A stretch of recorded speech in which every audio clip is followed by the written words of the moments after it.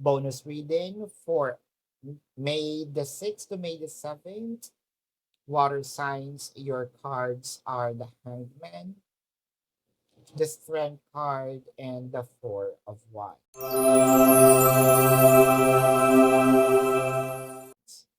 So, nakikita natin dito na si person medyo in the past nag-aalinlangan, no? Sa kanyang feelings or probably meron siyang gustong sabihin. Your person's reserved, not opened yet. Pero itong 6 and 7 with the Strength card, medyo makikita mo yung openness. Makikita mo na medyo nakikipag-usap na si person. Medyo okay na. Medyo nagiging comfortable na rin siya, no? Baka pwede rin na mapag-usapan yung pag-aayos, no? I think si person, baka natatakot lang din, unang mag-approach. So, makikita natin dito yung camaraderie ninyong dalawa.